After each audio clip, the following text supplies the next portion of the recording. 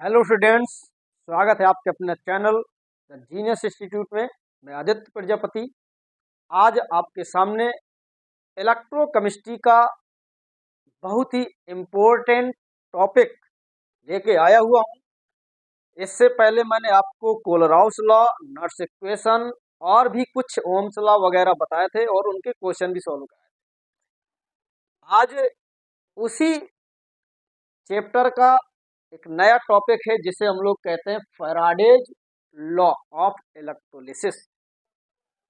Faraday, Michael Faraday एक scientist थे जिन्होंने एक इलेक्ट्रोलाइट सॉल्यूशन में स्टडी किया। स्टडी करने के बाद फिर कुछ उन्होंने रिजल्ट पाए और उन रिजल्ट के अकॉर्डिंग उन्होंने दो लॉ बना दिया।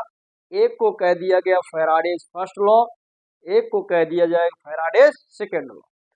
तो फैराडे फर्स्ट लॉ और फैराडे सेकेंड लॉ दोनों का मतलब क्या है, दोनों किस तरह से डिफरेंट हैं, आज हम सारी चर्चा उसके बारे में करेंगे और फिर बाद में एक क्वेश्चन भी हम लोग सॉल्व करेंगे कि कैसे क्वेश्चन इससे बनते हैं। देखिए,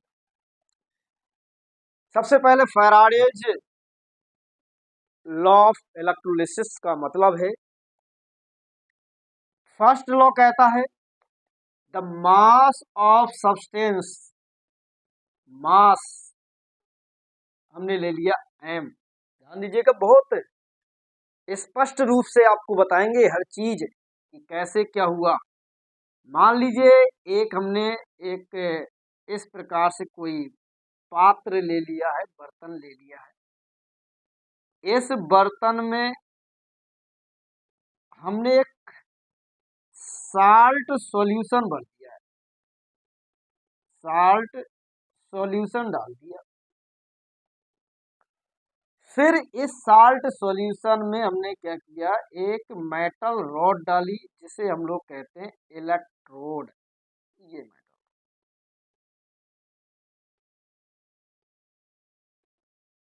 ये मान लीजिए ये जेडन है, जेडन की रॉड है और ये साल्ट सॉल्यूशन भी हमारा जेडन एसओ। या तो ऐसा हो सकता है या हमने ऐसा भी किया होगा कि यहाँ से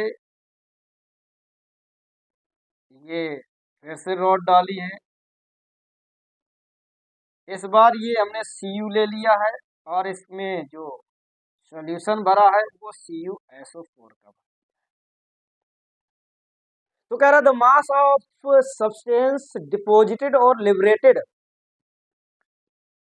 ये है आपका लिबरेट होगा क्योंकि यहाँ से एक ऑक्सीडेशन होगा, यहाँ से कुछ अमाउंट सब्सटेंस का इस सॉल्यूशन में जाएगा, लिबरेट होगा, और कुछ आपका यहाँ पर डिपॉजिटेड, यहाँ पर ये कुछ यहाँ से जो सब्सटेंस है यहाँ से ऐसे इसमें जाएगा, इसमें डिपॉजिटेड होगा, इसमें लिबरेट होगा।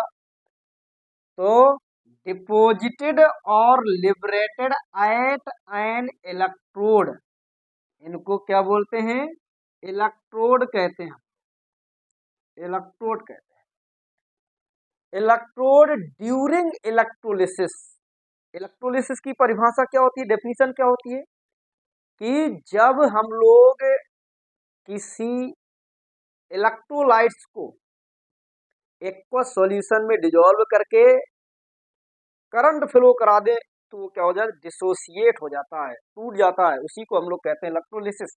तो वही हुआ यहाँ पर कि during electrolysis is directly proportional, कौन, जो ये एम था, इस एम को मैं इस डब्ल्यू मान ले रहा हूं, ज्यादा बेटर है आपका।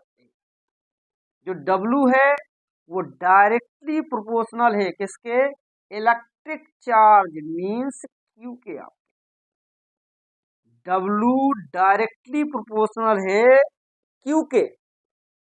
The mass of substance deposited और लिबरेटेड, यहाँ से जो सब्सटेंस का मास है या तो डिपॉजिट होगा या तो लिबरेट होगा, या तो डिपॉजिट होगा या तो लिबरेट होगा, वो उसका जो मास है कब, किसमें, इलेक्ट्रोड में, कब, इलेक्ट्रोलिसिस होने के दौरान, directly proportional to the quantity of electric charge. W directly proportional है आपका Q के। अगर प्रोपोर्शनलिटी का साइन हटाते हैं तो जाहिर सी बात है एक कांस्टेंट आया करता, सबको पता है। यहाँ पर कांस्टेंट आ जाएगा जेड क्यू। ये जो आपका जेड है ये इक्विवेलेंट केमिकल कांस्टेंट है, केमिकल इक्विवेलेंट कांस्टेंट कह सकते हैं। ठीक है, इस हम लोग इसको क्या बोलते हैं, केमिकल इक्विवेलेंट बोल देते हैं या इलेक्ट्रोकेमिकल इक्विवेलेंट। यहाँ पर लिख दे रहे हैं ये है इलेक्ट्रोकेमिकल इक्विवेलेंट। और W तो वही हमने बताया, यहाँ पर Q आपका ये हो गया। अब इस W को भी यदि हम लोग ओपन करें तो W इक्वल टू होता है E/F इंटू Q। अब यहाँ जो F है इसको कहते हैं फैराडे कांस्टेंट। इसकी वैल्यू 96500 होती है, तो हमने इस सीधे कर दिया। ठीक है, कूलम। ये जो Q है इसको भी हम यदि ओपन करेंगे तो W equal to E into I into T upon F. ये निकल करके आता फैराडे फर्स्ट लॉ, जो आपका वेरी वेरी मोस्ट इंपोर्टेंट आपका होता है, डायरेक्ट आपको पूछे। जो सेकेंड लॉ है, तो सेकेंड लॉ में हम लोग क्या करते हैं, फिर से मैं बना रहा हूं एक इलेक्ट्रोड में इस प्रकार से, यहाँ पर Cu ले लिया है, ये Cu हो गया है। दूसरा मैंने ले लिया है, ये आपका Zn हो गया है। इस Cu वाले इलेक्ट्रोड में जो लिबरेट, एक में लिबरेट हो गया, एक में डिपॉजिटेड होगा, सेम क्या कह रहा, देखो, passes through the different electrolytes same amount of charge. अगर इक्वल अमाउंट की करंट फ्लो कराया जा रहा है, चार्ज फ्लो कराया जा रहा है, तो the masses of substance liberate, जो मास होगा सब्सटेंस का लिबरेट करेगा, W1 upon W2 equal to equivalent के E1 अपॉन E2 हो जाएगा। इसका यदि हम लोग Cu लिए हैं तो हो सकता है आप W की जगह यहाँ पर 1 की जगह Cu ले लो। यहाँ पर आप Zn लिए हैं तो यहाँ पर Zn हो जाएगा। यहाँ पर आप फिर Cu हो जाएगा, E के साथ Cu हो जाएगा, और यहाँ E के साथ Zn।